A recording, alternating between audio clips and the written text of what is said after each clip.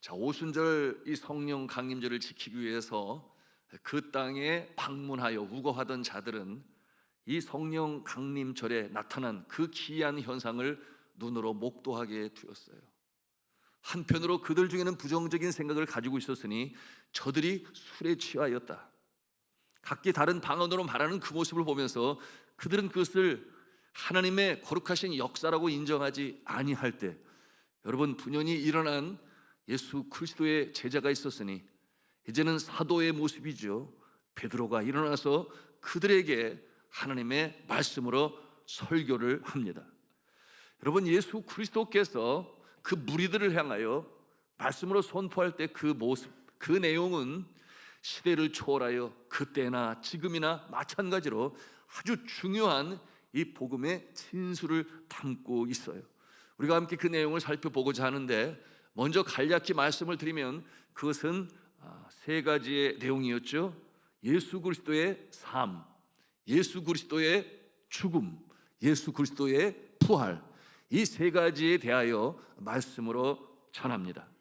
여러분, 이와 같은 내용 우리가 이 밤에 살펴보며 이와 같은 하나님의 말씀은 살아있고 운동력이 있어 그야말로 혼과 영과 및 관절과 구슬을 쪼개기까지 하는 외과적 수술의 역사가 나타나는 것이니, 여러분, 외과에서는 그 메스를 가지고 사람의 몸에 잘못되어진 부분, 악한 세포를 도려내는 일을 하지만, 여러분처럼 선포되어지는 이 베드로의 설교는 여러분 그들의 영혼 속에 잘못되어진 부분을 수술하고 잘라내고 허물과 죄로 죽었던 영혼이 소생하는 역사를 일으키니, 여러분 믿으시기를 바랍니다. 하나님의 말씀에는 능력이 나타나는 줄로 믿으시기를 바랍니다.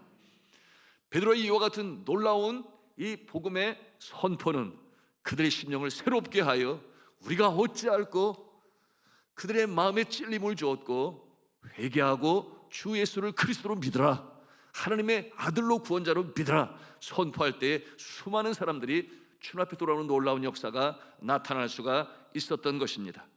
여러분, 우리가 이 내용을 살펴보기 전에 먼저 깨달아 알아야 할 것이 있으니 그것은 무엇인가 하면 이 놀라운 변화. 베드로가 어떠한 존재였습니까? 그가 남들보다 성격이 더 급했어요. 물론 믿음에 있어서도 그는 남들보다 더 아주 외향적으로 주님 앞에 신앙으로 고백했던 예수님의 사랑받는 제자였어요. 그러나 그의 마음에는 예수님께서 이스라엘의 임금의 자리에 있을 때 나는 우편에 있으므로 주님께서 나라를 다스릴 때 나도 한 몫을 감당하겠습니다 라고 하는 개인적인 이 야망을 가지고 있었어요. 그러니 예수 그리스도께서 십자가에 달리실 때 그러실 수 없나이다, 그러실 수 없나이다, 예수님이 죄인 아닌 죄인의 모습으로 십자가에 달리시면 나는 뭐가 되겠는가.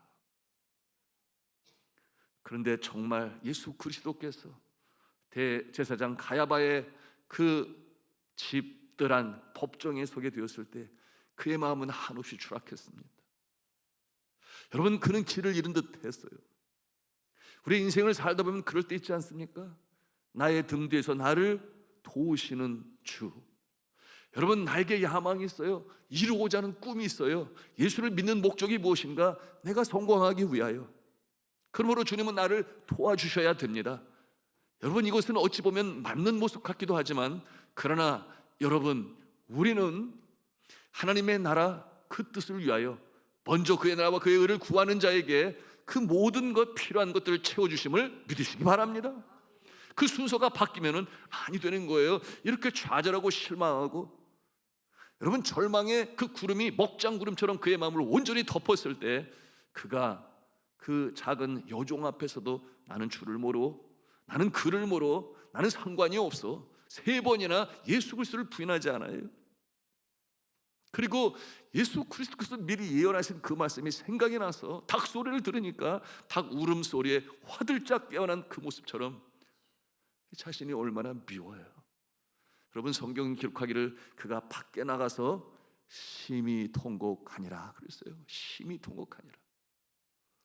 여러분, 이처럼 그 좌절과 절망, 길을 잃어버린 듯한 모습으로, 여러분, 하나님의 은혜는 이처럼 우리가 온전히 항복할 때, 내가 의지하고 바라던 나의 정욕으로 구하는 것 온전히 서렌더, 항복이라고 그랬어요. 항복을 하고 나는 주님의 피조물이요, 나의 영혼은 하나님이 창조하셨고 나의 육체는 주께서 소유주가 되시고 그리고 나의 삶의 주인은 하나님이십니다. 하나님의 인도하심을 나를 따르는 것으로 감사하고 나같이 부족하고 연약한 존재도 주님이 틀어서 사용하셨어. 그러므로 아침에 일어나면 일하러 갈 수 있는 일터를 주시고, 그런가 하면 외롭고 힘들 때 위로받을 수 있는 가족을 허락하여 주시고, 그런가 하면 내가 영적으로 가라앉을 때 나의 사랑하는 구역장님, 구역원 성도들을 통하여 이처럼 광야 같은 인생길을 걸어가게 하시니 주님 감사합니다. 거기에다가 직분자까지. 그러므로 주의 종으로 기름 부음 받은 장로님으로, 또한 안수를 받은 안수 집사님으로, 교회의 어머니로, 기도의 용사로, 권사님으로 세우셔서, 또는 은사별로 하나님 나라 주의 몸된 교회 일을 하게 하시니 너무나 감사합니다. 나는 그럴 만한 존재가 아닌데. 여러분, 이와 같은 마음을 가지고 충성하게 될 때 놀라운 회복의 역사요, 하나님의 사랑하심의 역사가 나타남을 믿으시기를 바랍니다. 자, 이처럼 의기소침하여 나는 물고기 잡노러 가노라, 내가 너를 사람을 낚는 어부가 되게 하리라. 그처럼 이름까지도 시몬에서 피터, 베드로라고 개발하고 바위라고 고쳐주셨는데, 그가 그 상실감으로 말미암아 나는 물고기 잡으러 가노라. 여러분, 그가 예수 그리스도를 만나게 되죠. 그리고 회개합니다. 예수 그리스도 갈릴리 바다로 찾아오셨어요. 조반을 지으시고 그를 부르셔서 다시금 일으켜 세우시는 주님의 이 사랑의 손길로 말미암아 그가 다시금 회개하고 돌이키게 되었는데, 그러므로 다시금 순종하죠. 너희가 예루살렘을 떠나지 말고 약속한 것을 기다리라. 성령 강림의 역사가 나타나고, 그리고 그가 성령 세례를 받아요. 뿐만 아니라 성령 충만함을 받습니다. 그럴 때 그게 놀랍게 변하는 거예요. 담대하게 일어나서 주의 복음으로 증거하는데, 여러분, 어떠한 감옥도 어떤 쇠사슬도 그 어떤 막음도 그를 막지를 못했어요. 여러분, 성령 충만함의 역사는 이렇게 놀랍게 나타나는데, 여러분 간절히 축복합니다. 이 밤에도 기도할 때 성령 충만의 역사가 있기를 주님의 이름으로 축원합니다. 여러분이 성령의 세례와 성령의 충만에 대하여 우리는 분명히 알고 있어야 돼요. 성령께서 강림하시는 일은 단회적인 사건이었습니다. 그리고 그것은 보편적인 역사로 나타나게 되었으니 전에도 나누었어요. 구약 시대에는 특정한 시간에 특정한 목적을 가지고 특정한 사람에게, 그리고 역사를 마치면 하늘로 올라가셨다. 오순절 성령 강림 이후에는 보편적으로 역사하셨으니 이 땅에 강림하신 성령님이 떠나가신다 그랬어요? 떠나가시지 아니하신다 그랬어요. 이제는 늘 우리와 함께 하시니 너희를 고와 같이 버려두지 아니하리라. 여러분, 한 번 강림하신 성령께서는 지금도 우리 중에 계신 줄로 믿으시기를 바랍니다. 성령 강림은 우리가 주님의 나라 들어갈 때까지, 주님이 다시금 재림하시는 그날까지 우리 가운데 거하시니 임마누엘의 성령님이세요. 자, 이것이 성령 강림의 단회적인 사건이었습니다. 늘 우리와 함께 계시기 때문에 성령이 오순절 성령 강림처럼 오셨다 가셨다 오셨다 가셨다 아니라는 거예요. 반면에 이 성령 세례, 성령 충만, 이 성령 강림과 더불어 알아야 될 내용인데요, 여러분, 우리가 평생의 세례를 몇 번 받아요? 한 번 받아요. 여러분, 성령 세례는 한 번이면 족합니다. 이 땅에 이미 강림하신 성령 하나님, 우리가 예수 그리스도를 구세주로 믿을 때에 여러분, 그 역사가 이미 성령이 역사하시는 거예요. 성령 세례라고 하는 것은 마치 평생에 한 번 세례를 받는 것처럼 우리가 예수 그리스도를 구세주로 영접하여 거듭나게 되면, 여러분, 그것이 바로 성령 세례로 이루어지는 것이니, 내가 예수 믿었다라고 하는 것은 성령 세례 받은 것입니다. 그리고 이 우리 안에 내주하시는 이 성령 세례, 여러분, 그 세례를 받은 자, 그 성령은 떠나지 아니하세요. 언제까지? 이 땅을 떠나 주님의 나라에 들어갈 때까지, 그리고 주님 강림하시는 그날까지 성령 세례를 받은 자, 성령이 그 안에 내주하셔서 떠나가지 아니하십니다. 여러분, 이것은 우리에게 얼마나 큰 위로가 되는지 몰라요. 그런데 성령 충만은 또 무엇인가? 여러분이 성령 충만을 받으라. 술 취하는 것은 방탕한 것이니 너희는 성령의 충만함을 받으라. 이렇게 말씀하셨을 때 그 성령 충만함은 계속적으로 나타나는 현상인 것입니다. 성령 충만함을 받으라. 여러분 이 단어의 뭐라고 그러죠? 이 문법적인 모습은 명령형 동사예요. 성령 충만함을 받으라. 명령형 동사. 여러분 이 모습은 계속적인 동사이며 계속적인 상태를 우리에게 말씀하고 있는 것입니다. 성령 충만을 계속해서 받으라는 거예요. 계속해서 성령 충만함을 받으라. 그런 상태를 계속 유지하라는 그와 같은 명령인데요, 성령 충만을 계속해서 받으면서 그 상태를 유지하라. 여러분 이것이 바로 성령 세례와 성령 충만의 차이점이에요. 여러분 예수 그리스도께서 베드로의 발을 씻기실 때 주님이 어찌 내 발을 씻기시나이까? 그럴 수는 없나이다. 그런데 예수 그리스도께서 내가 내 발을 씻기지 않으면 너와 내가 상관이 없다? 이렇게 말씀을 하니까 그 말에 화들짝 놀란 베드로가 그러면 나의 발뿐만 아니라 나의 온몸을 머리까지도 손까지도 다 씻겨 주옵소서, 그렇게 요청을 해요. 역시 베드로다운 모습이에요. 그런데 예수님이 뭐라고 그러세요? 내 몸은 이미 깨끗하니 내가 내 발을 씻겨주면 된다. 그리고 본을 보이시기 위하여 어떠한 본, 서로 섬기게 하시는 본을 보이시고 있어요.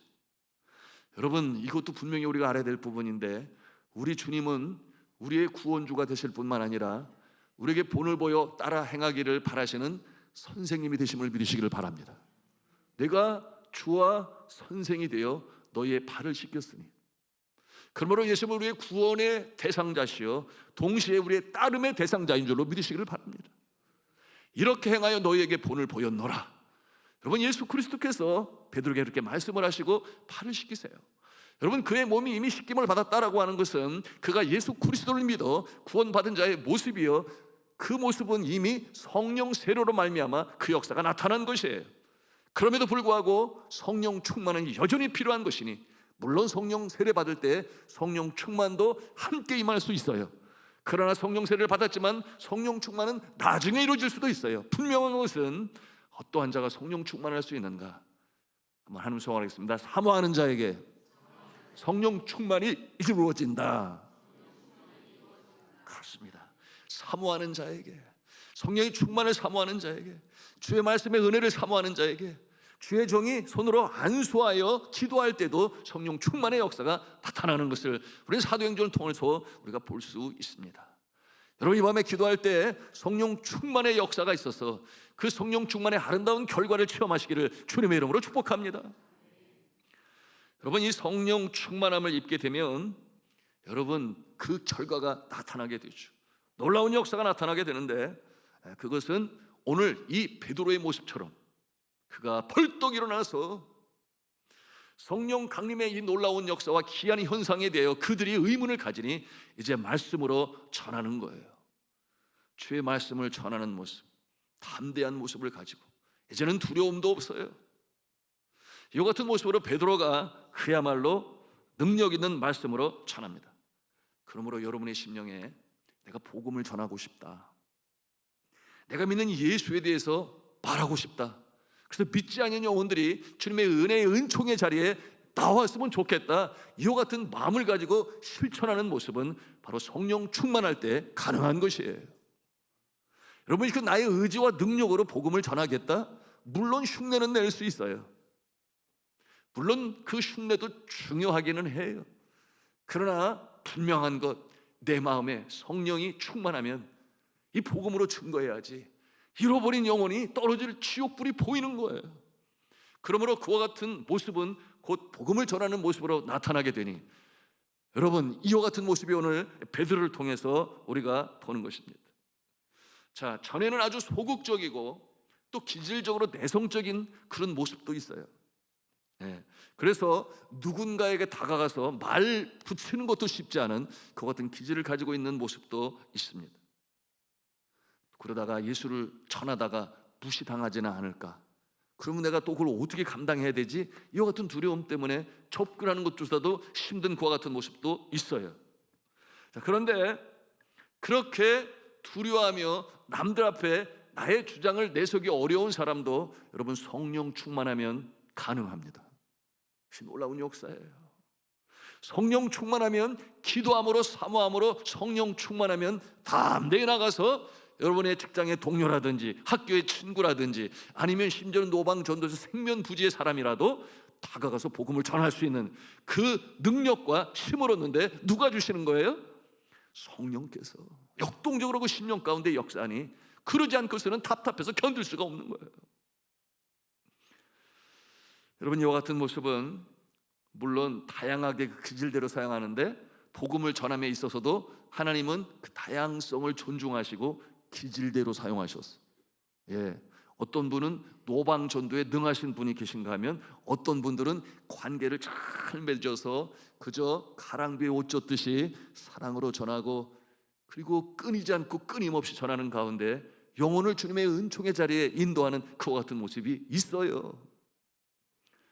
저는 시간이 될 때마다 화요 전도단, 노방 전도단에 이렇게 참여해서 같이 전도지를 나누고 또한 예수 믿고 복 받으세요 그렇게 나눕니다마는 저는 복음을 전하면서 이렇게 관찰하지 않습니까? 우리 성도님들이 그 노방에서 전도하는 모습을 보면 너무 감사하고 좋아요. 그런데 제가 깜짝깜짝 놀라는 거는 평소에 우리 교회 안에서 그야말로 새색시처럼 얌전하신 분인데 복음을 전함에 있어서는 얼마나 담대한지 몰라요. 여러분, 오늘날 이 개인주의가 만연을 해서 내가 가는 길 아무도 방해하지 않기를 원하고 리시버를 꽂고 오직 목표로만 향해서 가고 있는데 그거 준다고 그거 관심 갖지 않는 사람들 많아요. 특별히 젊은 사람들 중에는 더 많아요. 그래서 복음을 전하려고 전도지를 전하는데 아주 그냥 찬바람이 쌩하고 부는 것처럼 아예 거들떠 보지도 않고 대꾸도 하지 않고 가는 그런 모습들 물론 저도 경험을 해요. 그런데 그럼에도 불구하고 미소를 잃지 아니하세요. 그러니 그렇게 생각하면서 주여 저 영혼을 사랑해 주옵소서 오히려 기도하지요. 그럼 생각하는 그와 같은 모습을 볼 때 저는 마음에 큰 확신이 서요. 주의 성령께서 저 마음속에 역사하시는구나.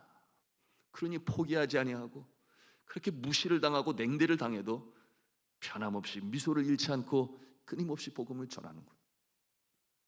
여러분, 우리 교역자들 전도하시는 모습 보셨어요? 전도하시는 분들은 뭐 함께 하니까 잘 보셨겠습니다만 우리 교역자들은 아마 저 남대문 시장에 나가서 길거리 상품을 판다 할지라도 잘 팔을 거예요. 얼마나 자연스럽게 듣든지 말든지 들으면 감사하고 안 들으면 기도하고 그러면서 하는데 뭐 조창현 목사님이나 조홍희 목사님, 지다 목사님 다 잘하세요.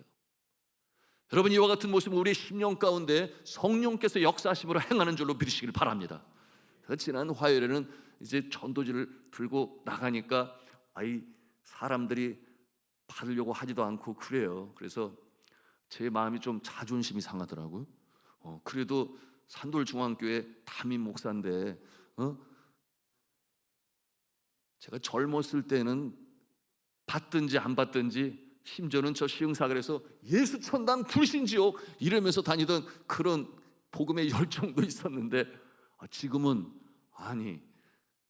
그래도 선교사 출신의 담임 목사가 되었다고 하니까 그 누구도 제가 다가가서 얘기를 하면 거절하는 경우를 거의 본 적이 없었거든요. 그런 잘못되어진 이 때가 낀 마음을 가지고 있어서 현장에 나가보니까 그 사람이 내가 누군 줄 알 게 뭐예요. 그러니까 완전히 요즘 말로 쌩까고 그냥 지나가는데 찬바람이 휑휑 돌더라고요. 그렇다고 포기합니까? 포기하지 않잖아요. 그래서 제가 전도지를 들고서는 저 금천구청 전철역 안으로 들어갔지 않겠습니까? 거기 들어가니까 의자에 이렇게 쫙 앉아들 계시잖아요. 그러니까 딱 요런 분위기더라고요. 분위기가. 그래서 저희 거기 딱 서가지고 저는 산돌중앙교회 담임 목사 김현정입니다. 여러분에게 귀한 소식을 전하고자 합니다. 예수 믿고 복 받으세요. 그러고 한 분에게 이렇게 드리니까 다른 사람이 전부 이렇게 쳐다보고 있어요. 그 다음 부르니까 얼른 받아요. 이게 군중심리인지 모르겠어요. 한 사람이 받고 두 사람이 받으니까 다들 미리 손을 내밀고 있어요. 이렇게 쫙 실어져가지고. 그래서 이렇게 딱 전하고 나오게 되니까 제 마음에 기쁨이 샘솟더라고요.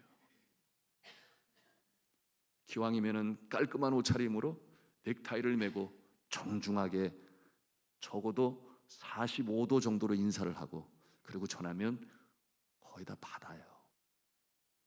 여러분, 이처럼 내가 영혼의 구령열에 불타서 저 사람 지옥에 가면 아니 돼, 어쩌든지 복음을 듣고 천국에 들어가야 돼, 여러분 그와 같은 마음을 가지고 행할 때 여러분의 심령 가운데는 성령께서 내주하시고 그 마음을 기뻐하시며 우리에게 필요한 그 복음의 열정과 또한 지혜까지도, 심지어는 능력까지도 주시는 줄로 믿으시기를 바랍니다. 자, 오늘 이 베드로가 복음으로 전해요. 여러분, 이와 같은 모습, 그 모습에는 완전히 변한 두려움도 없어요. 주의 성령께서 능력을 주시기 때문이죠. 함께 보기를 원하는 성경 구절이 마태복음 10장 19절과 20절에 있는데요, 주님께서 뭐라고 말씀을 하시는가 우리 같이 읽도록 합니다. 시작.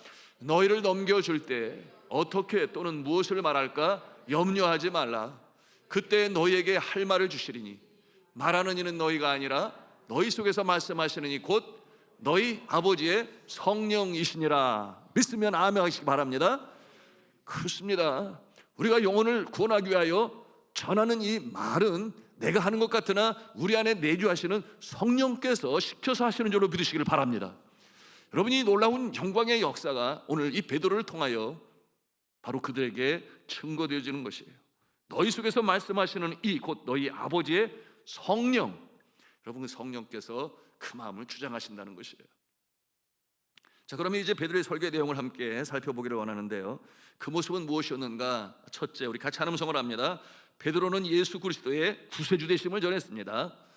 베드로는 예수 그리스도의 구세주 되심을 전했습니다. 그렇습니다. 예수 그리스도를 하나님께서 보내신 자, 즉 구세주, 메시아라고 그래요. 메시아. 여러분, 이 메시아를 헬라어로 말하게 되면 크리스토스가 돼요. 그리스도가 돼요. 여러분, 예수 그리스도를 하나님께서 보내심을 받은 메시아로 이 땅에 오셨다라고 하는 것을 이제 그들에게 전하는 것인데요, 사도행전 2장 22절 말씀을 같이 읽도록 하겠습니다. 시작. 이스라엘 사람들아, 이 말을 들으라.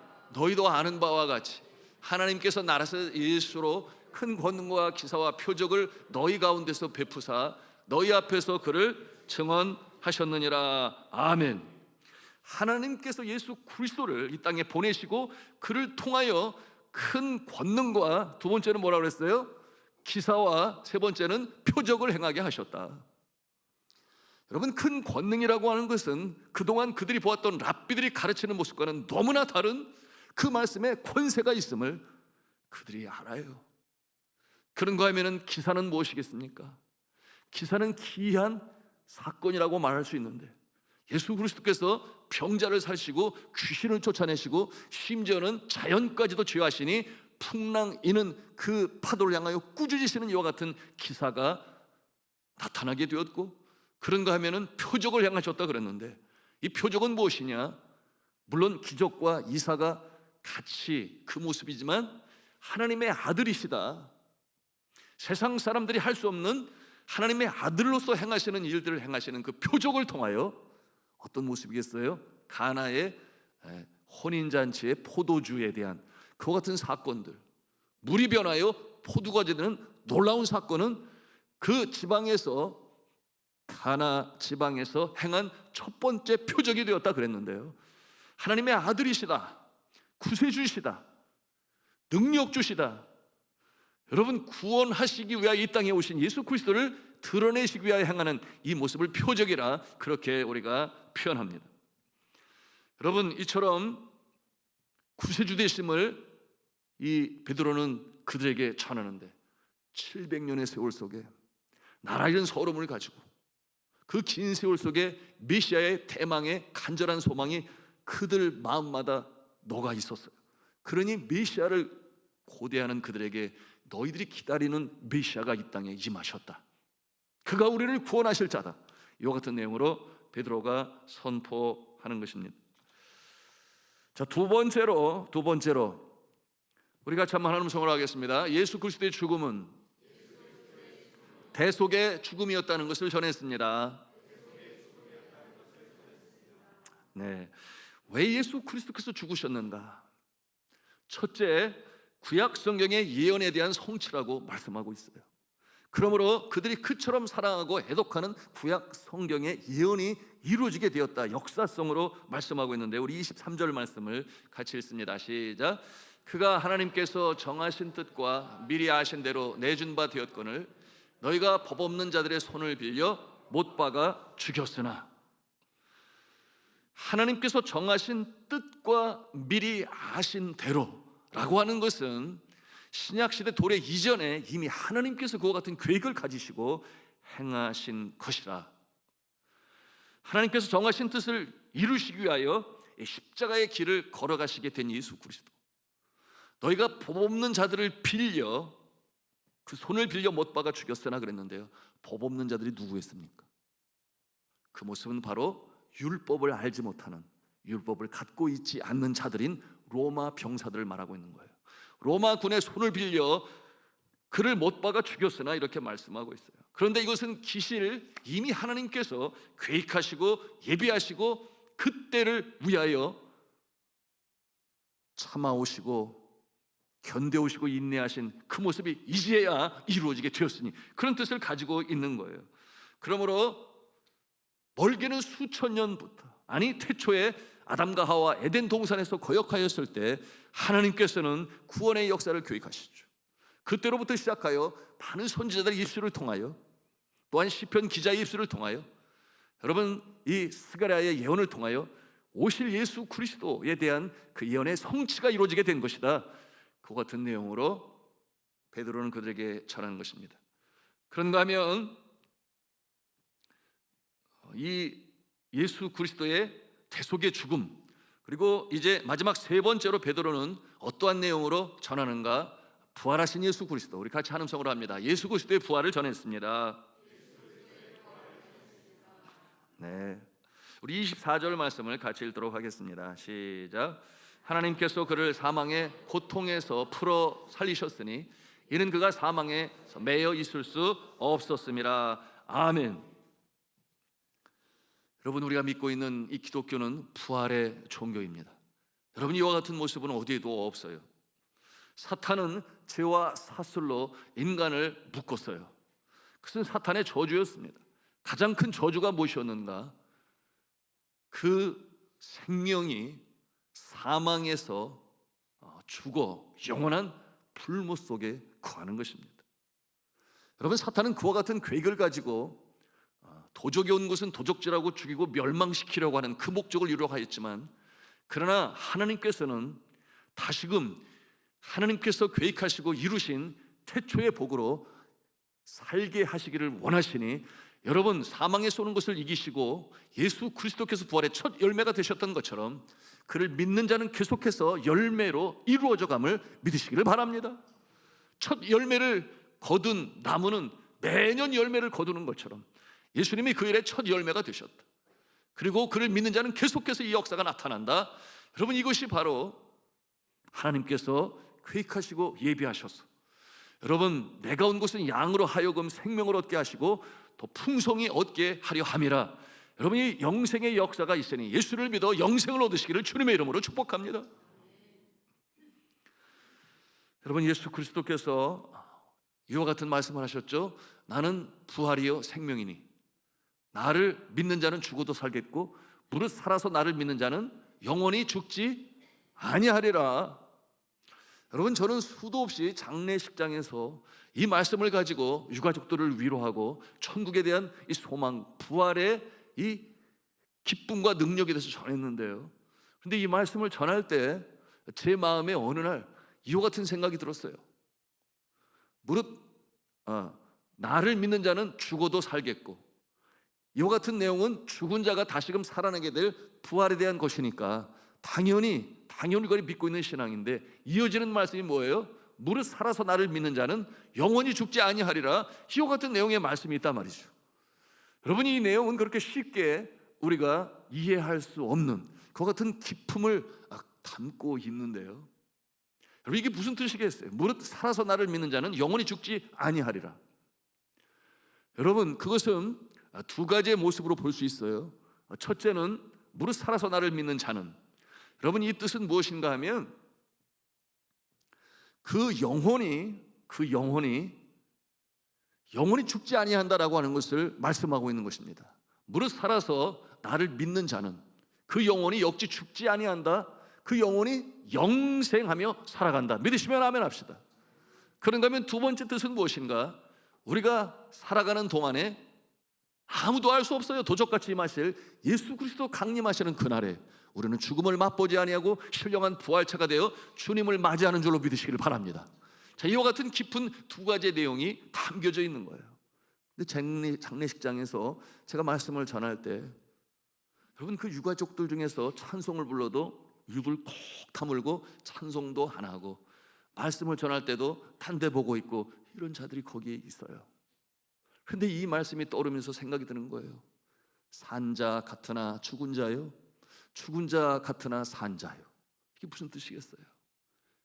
이제 소천하신 권사님은 예수 그리스도를 믿어 그 영혼은 산자의 모습인데, 육신은 죽었지만 산자의 모습으로 그 영혼은 영원히 사는 모습인데, 정작 여기 앉아있는 자 중에 이 모습은 산자 같으나 정작 그는 죽은 자의 모습으로 그 자리에 앉아있으니 이 얼마나 아이러니컬한 그런 모습이겠어요?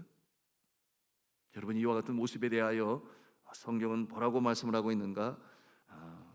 고린도 후서 6장 8절에서 10절 우리 같이 한 음성으로 읽습니다. 시작. 우리는 속이는 자 같으나 참되고 무명한 자 같으나 유명한 자요, 죽은 자 같으나 보라 우리가 살아있고 징계를 받은 자 같으나 죽임을 당하지 아니하고 근심하는 자 같으나 항상 기뻐하고 가난한 자 같으나 많은 사람을 부유하게 하고 아무것도 없는 자 같으나 모든 것을 가진 자로다. 할렐루야. 이것이 바로 우리의 실체라고 하는 것이에요. 우리가 죽은 자 같으나 죽은 것이 아니요 살아있는 자라고 말씀하고 있는 것은, 에베소서 2장 1절에 말씀하지 않아요? 너희가 허물과 죄로 죽었으나 그가 허물과 죄로 죽은 너희를 살리셨도다, 이렇게 말씀하고 있으니, 여러분, 우리가 같이 이 세상에 믿는 자와 믿지 아니하냐가 함께 살아가고, 장례식장에서 이제 주님이 부르셔서 이제는 영원한 본향을 향해 떠나가게 되니 그 몸은 흙으로 지어져 흙으로 돌아가지만 여전히 그 영혼은 살아있는 존재예요.